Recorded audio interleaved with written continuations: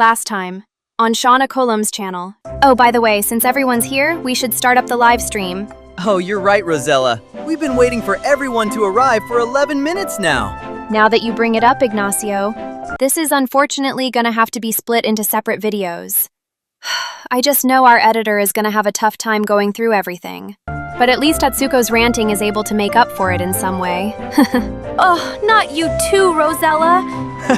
At least it was worth noting our experiences with Wuwa while comparing it to the two Hoyo games. So, Ayana and Tira, how did the two of you get into Wuthering Waves? Well, about that. Back during 3.0, Tira saw that there was a limited feature where you can try out the 5 stars from version 1 in the overworld, which is really helpful for beginner players getting into the game. And she decided to finally try it out. Well, that, and also the fact that the production has been getting so much better if you compare it to Genshin and Star Rail, which has gone to shit despite them having some nice anniversary rewards.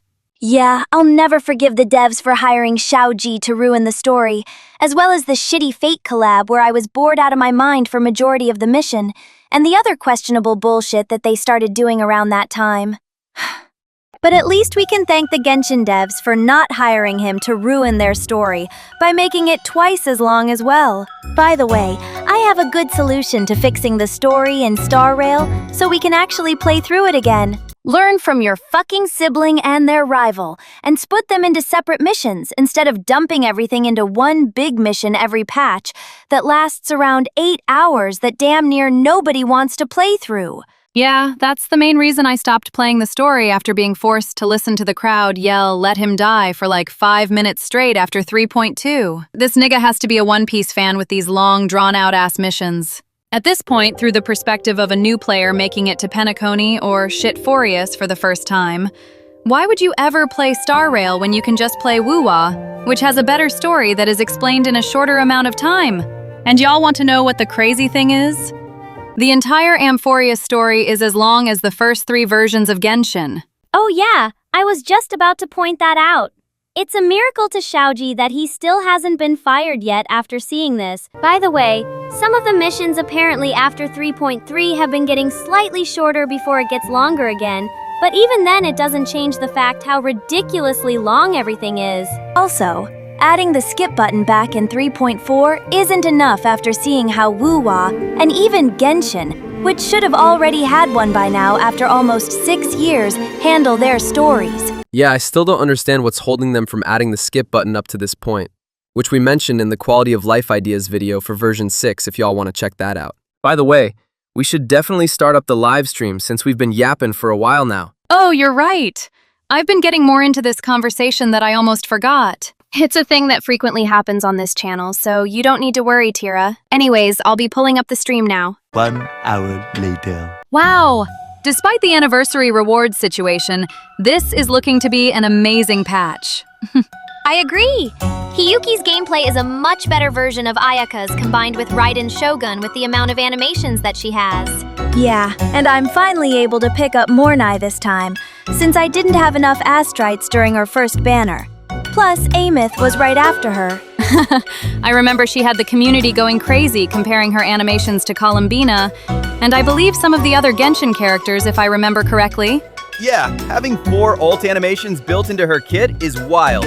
Speaking of which, Denia will be a nice support to pair with her for Fusion Burst. And speaking of Fusion Burst, didn't Chisa get her rerun like 2 patches ago? I know, right? They did the same exact thing by putting her first rerun alongside Amith at the worst time possible. They even did the exact same with Lene for the second half of this current patch, who just had her first banner 2 patches ago, that not even Star Rail would do. Apparently this is a common thing for Wuwa. But at least it's better than waiting over a year for certain characters like we do with the 2 other Hoyo games. By the way, now that you brought that up, Ermias, I expected Zani to get her rerun during this same banner phase alongside Lene from the rumors I've been hearing. But the character I was expecting the least was Phoebe, who has had 4 banners now, which is the most out of all the characters in this game. Oh yeah, from what I know, Zanny needs her to have the best value for applying Frazzle, if I'm not mistaken. Also, I don't know about everyone else, but I've been seeing these videos on my recommended so much lately. Phoebe Doobie, Phoebe Doobie! Phoebe? Phoebe Doobie. Phoebe Doobie! Oh yeah, these Phoebe videos frequently pop up on my recommended as well. Amari and Sibalanke are tired of seeing them, but I don't really mind that much. Yeah, people in the comments are mentioning how it's been one of the best uses of AI so far. Also, there's even versions for Firefly and Hoyo, which is surprising, including Frolova and a lot of other characters from different games.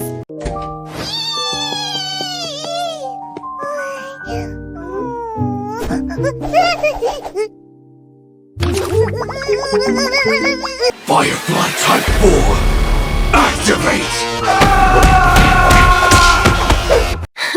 This is exactly what you would expect if you try to mess with Firefly of all people. Speaking of which, I was planning on eventually playing through the 3.8 mission to see more of her story.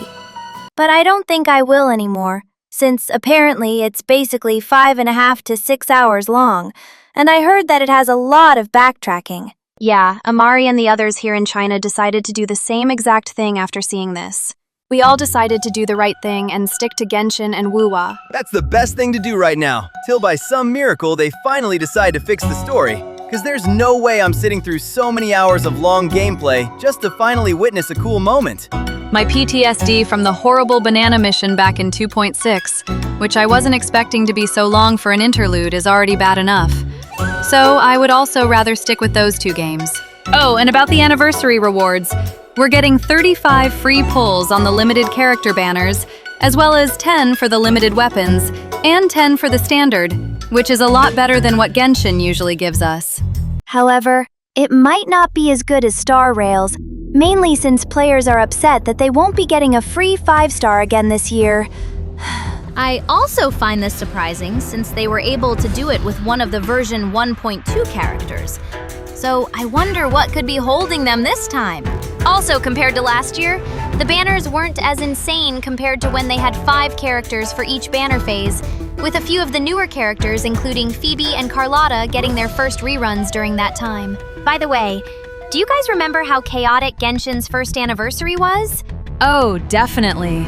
It was the most out of control that I've ever seen from the Genshin community since everyone was upset that they only got like 10 free pulls and some foul.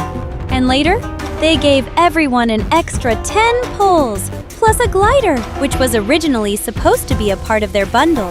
After receiving so much backlash, where people left 1-star reviews on other games, complaining about the anniversary, which wasn't a wise thing to do. And thus, the dead Chi-Chi emote memes were born. But both of Wuwa's anniversaries are nothing compared to this, since they actually help us with a lot more pulls than Genshin ever has. And this includes the fact that Wuwa, Star Rail, and even ZZZ all have a free daily pulls login at the beginning of every patch, while Genshin only implements it during their anniversaries and Lantern Rite. I noticed some people in the chat calling others greedy for wanting a free 5-star, which I don't believe is true, since it would show appreciation for veterans who missed out on certain characters, depending on what they decide to do with it, and even helping out newer players, like pretty much all of us here that started in 3.0, who are behind on a lot of characters.